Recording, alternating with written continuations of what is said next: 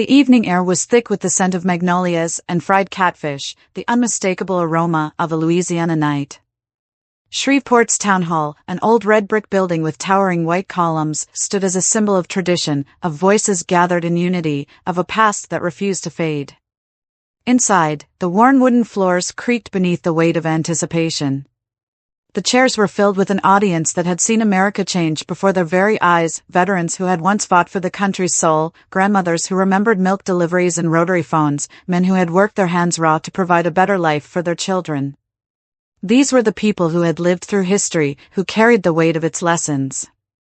At the center of it all, standing on a small elevated platform, was Donald Trump. Love him or loathe him, one thing was certain: when he spoke, people listened. His rallies were known for their energy, for the fire in his words, for the way he commanded a room. But tonight, there was something different in the air. Something quieter. More intimate. At the edge of the crowd, a little girl clutched a book close to her chest. Her name was Lily. She was 8 years old, but there was a wisdom in her bright blue eyes that made her seem older. She had insisted on coming with her mother, despite it being well past her bedtime. She wasn't there for politics. She wasn't there for the spectacle.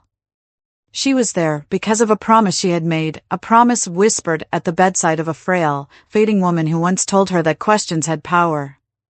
Her grandmother's Bible rested in her lap, its worn leather cover cracked from years of love and use. She traced the gold-lettered name on the front, Margaret and Wallace. "Are you sure you want to ask, sweetheart?" her mother whispered, brushing a strand of blonde hair from Lily's face. Lily nodded. "Grandma told me that if you ask a question, you should really want the answer." Her mother swallowed, nodding. "Then when the time is right, ask." Lily turned her gaze back to the stage. Trump was mid-sentence, talking about the economy, about jobs, about things that mattered to the adults in the room. But Lily wasn't listening to any of that. She was waiting for the moment. And then, it came. The floor was open to questions. Hands shot up like fireworks. Retirees, business owners, veterans, each with something they wanted to ask. But Lily, tiny in the sea of adults, did something different. She stood. And the room noticed. A ripple of murmurs spread through the crowd. Trump, ever the showman, pointed toward her with a slight smile. "We've got a young one in the audience." "What's your name, sweetheart?" "Lily." "Well, Lily," he said, leaning forward slightly, "what's your question?" She took a deep breath, feeling the weight of her grandmother's voice in her heart. "What does God mean to you?" The room fell silent. Not the polite kind of silence, not the kind that happens when people wait their turn to speak. This was different. This was the silence that comes when something important is about to happen. Trump opened his mouth, but no words came out. For a man known for quick comebacks, for his ability to handle any situation with confidence, this was a rare moment. His expression changed. The bravado, the political armor, gone. For the first time that night, Donald Trump paused. He exhaled, glancing at the crowd, then back at the little girl with the two wise eyes. "I wasn't expecting that," he admitted, running a hand through his hair. The audience chuckled softly, but it was a nervous chuckle, the kind that happens when something real is unfolding. Trump looked down for a moment, as if seeing something only he could see. "You know, Lily, when I was a boy, my father used to tell me that faith was like a ladder." He motioned upward with his hand. "Every step you take in life, you climb. Some steps are easy, some are hard. Sometimes you slip, but you hold on." He shook his head slightly. "I've slipped a lot." The crowd listened, rapt. "There was a time when I didn't know if I believed. When my brother, Fred, died, it was tough. I was angry. Angry at the world, at myself, and, if I'm honest, at God." His voice was softer now, less like a politician and more like a man revisiting old wounds. I remember thinking, why would he let this happen? Lily nodded, hugging her grandmother's Bible closer. Trump's gaze met hers again. And then, one night, I had a dream. I saw my brother standing at the top of that ladder my father always talked about. He didn't say anything, just smiled. And when I woke up, I realized something. Faith isn't about having all the answers. It's about climbing anyway. A deep breath. So to answer your question, Lily, God means everything. Even when I don't understand him. A single sniffle broke the silence. Then another. Then another. A man in the front row, a veteran with silver hair and weary eyes, cleared his throat. I lost my son last year. Haven't been to church since.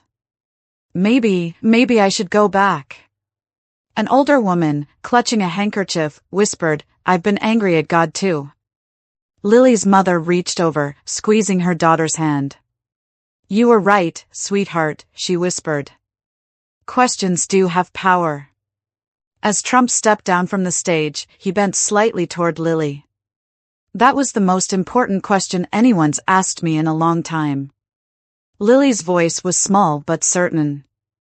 Grandma would have wanted me to ask it. He smiled.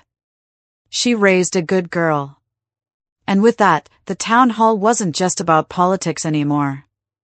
It was about something deeper. Something that mattered more. As the audience filed out into the humid Louisiana night, one thing was clear, the conversation had changed. And maybe, just maybe, so had the people in that room. The sun crept over the rooftops of Shreveport, casting long golden rays across the dewy lawns. Inside the small Wallace family home, Lily sat at the kitchen table, her grandmother's Bible still resting in front of her. She hadn't let go of it since the night before. Her mother, Emily, poured coffee into a chipped ceramic mug, the same one her mother, Margaret and Wallace, had sipped from every morning. It still smelled like cinnamon, just the way she liked it.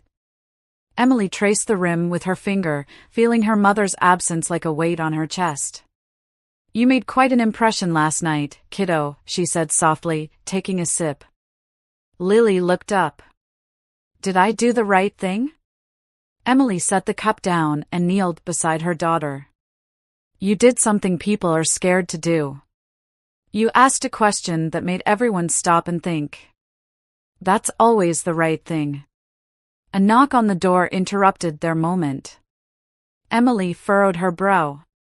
It was still early, too early for visitors. She opened the door to find an older man standing on the porch. He wore a crisp blue suit, his silver hair neatly combed back. He looked familiar, but it took a moment for Emily to place him.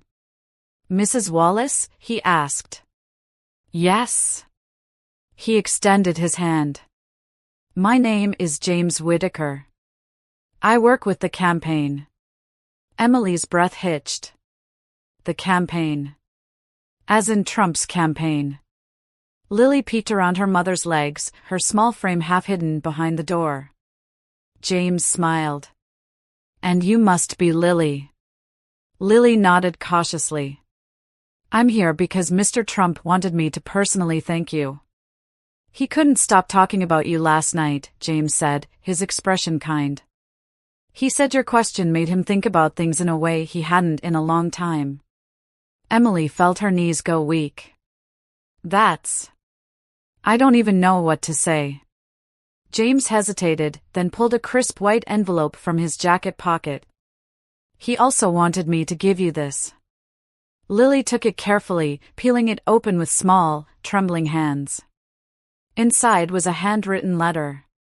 Dear Lily. Last night, you reminded me of something important. Questions aren't just words, they are sparks. And you, young lady, lit a fire in that room. I hope you keep asking questions. Never stop. You've got something special. With respect. Donald J. Trump. Lily clutched the letter to her chest. Emily wiped a tear from her eye. This means everything. James nodded.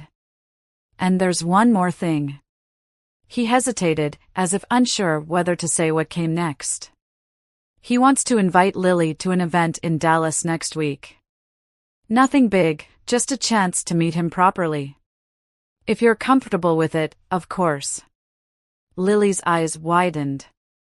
Me? Meet him? Emily swallowed hard. We'll need to think about it. James nodded understandingly. Take your time. Just let us know. He handed Emily his card and tipped his head politely before stepping off the porch. As the car drove away, Lily turned to her mother. Mom, do you think Grandma would be proud? Emily pulled her into a tight hug. More than you'll ever know. 1 week later, Emily and Lily found themselves on a plane bound for Dallas. Lily clutched her grandmother's Bible in one hand and Trump's letter in the other. I feel like I'm in a dream, she whispered, staring out the window at the clouds below. Emily smiled, brushing a strand of blonde hair from her daughter's face. Me too, sweetheart. They were met at the airport by James, who ushered them into a sleek black SUV. As they drove toward the event, Emily turned to him. Can I ask you something? Of course, James said. Why did this matter so much to him? James exhaled, thinking for a moment. Because it wasn't just a political moment. It was personal. That question hit him in a place that politics can't touch. And when something real happens, even people like him take notice. Emily nodded slowly. As they arrived at the venue, the enormity of the moment hit them. The building was grand, bustling with security and press. It wasn't a rally, just a private event with donors and close allies. And yet, they were here. A staff member led them through a back hallway, where a heavy wooden door stood slightly ajar. Inside, standing near a small table, was Donald Trump himself. Lily's breath caught in her throat. Come in, he said warmly, waving them inside. Emily felt her palms sweat as she guided Lily forward. The former president was taller in person, his presence undeniable. But when he knelt to Lily's eye level, he wasn't the larger-than-life figure on TV. He was just a man. You're even braver in person, he said with a chuckle. Lily giggled nervously. Trump gestured to the Bible in her hands. That your grandma's? Lily nodded. She used to read it to me every night. She said faith is like a bridge. You don't always see what's on the other side, but you have to trust that it's there. Trump's expression softened. She was a wise woman. There was a moment of silence, a moment where the weight of everything hung in the air. Then, Lily did something unexpected. She reached into her pocket and pulled out a small silver cross, the one her grandmother had given her before she passed. She placed it in Trump's hand. This was my grandma's, she said. I think you should have it. For a long moment, Trump just stared at the tiny cross. Then, slowly, he closed his fingers around it. Thank you, Lily, he said, his voice quieter than usual. I'll keep it close. And somehow, in that small, quiet exchange, something bigger than politics happened. The next morning, as Emily and Lily packed their bags, Emily's phone buzzed. It was a news notification. She clicked it out of habit, then gasped. There, on the front page of nearly every major outlet, was a headline. A question that stopped a president. Below it was a picture of Lily standing beside Trump, handing him the small silver cross. Emily covered her mouth. Oh my gosh. Lily blinked. Are people really reading about me? Emily nodded. Not just reading about you. Talking about you. Everywhere. Lily sat quietly for a moment. Then, with the wisdom beyond her years, she said, maybe that's a good thing. Emily pulled her daughter into a hug. Yes, sweetheart. I think it is. As they boarded the plane home, Lily stared out the window at the clouds once more. She had asked one simple question. And somehow, that question had changed everything. Weeks later, back in Shreveport, Emily received a package in the mail. Inside was a note. Lily, I kept my promise. I kept it close. Thank you for reminding me what truly matters. Donald J. Trump. Wrapped carefully in tissue paper was a framed picture of Trump holding the small silver cross, standing in front of the American flag. Lily beamed. Grandma would love this. Emily smiled, blinking back tears. Yes, sweetheart. She really would. And in that moment, under the warm Louisiana sun, they both knew. One question. One voice. One moment. That's all it takes to change the world.